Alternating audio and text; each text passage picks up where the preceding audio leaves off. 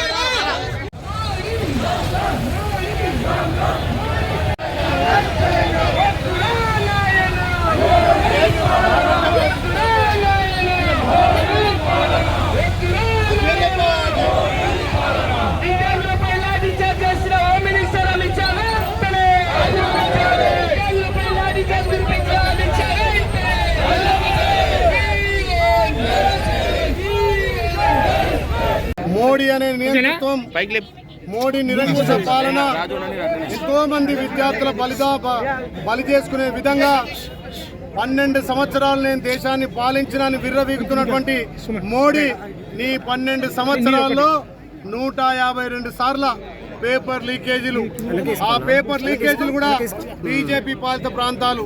మరి యువత జంతర్ మంతర్ దగ్గర ప్రజాస్వామ్యంగా నిరసన చెప్తే నీ అక్రమ పోలీసులతోటి, నీ ఆర్ఎస్ కార్యకర్తలతోటి ఇవాళ విద్యార్థుల మీద ఎన్నో రకాల దాడులు చేసి విద్యార్థులకు చావు కారణమైనవు. మరి మా ప్రధాని రాహుల్ గాంధీ చలించి విద్యార్థులకు అండగా నిలిచి మోడీ గారి కుటుంబం, మోడీ గారి నివాసాన్ని ఇలా ముట్టడించడంతో కేంద్ర ప్రభుత్వం దిగొచ్చి మరి విద్యాశాఖ మంత్రి ధర్మేంద్ర ప్రధాన్ గారిని తూతూ మంత్రంగా రాజీనామా చేయించారు.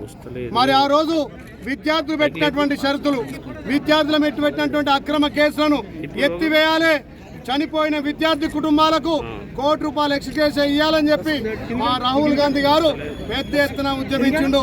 ఇలా రాహుల్ గాంధీ గారి ఆలోచన, మా ప్రియతమ నాయకుడు ఈ రాష్ట్ర ముఖ్యమంత్రి రేవంత్ రెడ్డి గారి ఆలోచన విధానం, అదేవిధంగా పిసిసి అధ్యక్షుడు మహేష్ కుమార్ గారి ఆదేశాలు, ఏసీసీ ఇన్ఛార్జి నటరాజన్ మీనాక్షి గారి ఆదేశాలకు ఇవాళ తెలంగాణ రాష్ట్ర వ్యాప్తంగా యువత, కాంగ్రెస్ పార్టీ శ్రేణులు మోడీకి నిరసనగా ఏదైతే దేశంలో చనిపోయిన విద్యార్థుల ఆత్మశాంతికి ఇవాళ క్యాండిల్ ర్యాలీ, ఇవాళ కాగడాల ర్యాలీ చేసినాం.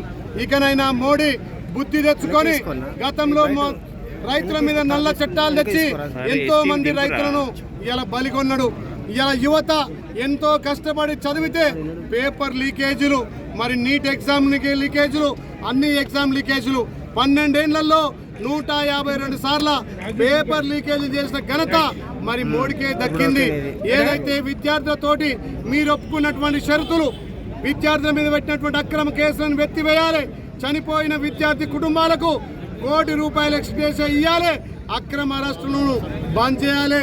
ఇవాళ ఒక్కరోజే ధర్నాలో పాల్గొన్న 100 మందికి పైగా ఇవాళ కేసులు పెట్టడం జరిగింది.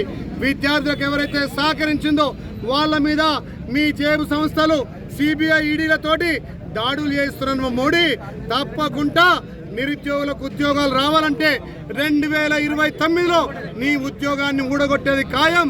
విద్యార్థులు తలుచుకుంటే ఎంత పెద్దవారినైనా ఇలా గద్దె దించేది యువత చేతిలో ఉంది. కాబట్టి మోడీకి నిరసనగా, మోడీ చేస్తున్నటువంటి నియంతృత్వ పాలనకు నిరసనగా మా పిసిసి అధ్యక్షులు మహేష్ కుమార్ గారు ఇచ్చినటువంటి ఇలా పిలుపు మేరకు, మా రేవంత్ అన్న ఆలోచన మేరకు, మా మీనాక్షమ్మ సూచన మేరకు ఇలా యాదాద్రి భువనగిరి జిల్లాలో వేల కొద్ది మా మహిళలు, మా అన్నదమ్ములు, అక్క చెల్లెళ్ళు ఈ ర్యాలీలో పాల్గొన్నారు. కాబట్టి మోడీని ఖచ్చితంగా యువత గద్దె దించుతుంది. రాహుల్ గాంధీ గారిని ప్రధాని చేసేంత వరకు ప్రతి ఒక్క యువకుడు రాహుల్ గాంధీ వారి వెంట నడవాలి, నడిచి తీరాలి. తప్పకుండా భారతదేశంలో ప్రజాస్వామ్యాన్ని కాపాడుకుంటాం. మా దేవుడు డాక్టర్ బిఆర్ అంబేద్కర్ ఇచ్చినటువంటి రాజ్యాంగం హక్కు ద్వారా ఇవాళ మా అందరికీ హక్కులు సంక్రమిస్తే రాజ్యాంగాన్ని కూడా మార్చాలని చూసిన దుర్మార్గుడు మోడీ గారు. అందుకే మా రాష్ట్ర ముఖ్యమంత్రి వర్యులు శ్రీ యనమల రేవంత్ రెడ్డి గారు ఏదైతే 21 సంవత్సరానికి IPS గా IAS గా 21 సంవత్సరం ఉందో రేపు చట్టసభల్లో పార్లమెంట్లో కానీ అసెంబ్లీలో కానీ 21 సంవత్సరం నిండిన యువతీ యువకులకు చట్టసభల్లో అవకాశం ఇవ్వాలని చెప్పి మా ప్రియతమ నాయకుడు రేవంత్ అన్న ప్రతిపాదన చేసిండు. రేపు ఆగస్టులో జరిగే అసెంబ్లీలో తీర్మానం చేసి కేంద్రానికి పంపుతాం. యువకులను చట్టసభల్లో తేవడానికి ఇలా మా వంతు ప్రయత్నంగా చట్టం చేస్తామని చెప్పి మా రాష్ట్ర ముఖ్యమంత్రి వారిలో శ్రీ యనమల రేవంత్ రెడ్డి గారు తీర్మానం చేసిండు. తప్పకుండా మోడీని గద్దెందిస్తేనే యువతకు ఉద్యోగాలు వస్తాయి. దేశంలో ప్రజాస్వామ్యాన్ని కాపాడుకున్న అవుతాం. ఇప్పటికైనా అక్రమ అరెస్టులు ఆపాలి. చనిపోయిన కుటుంబాలకు ₹1 కోటి ఎక్స్ట్రా కేసు ఇవ్వాలి.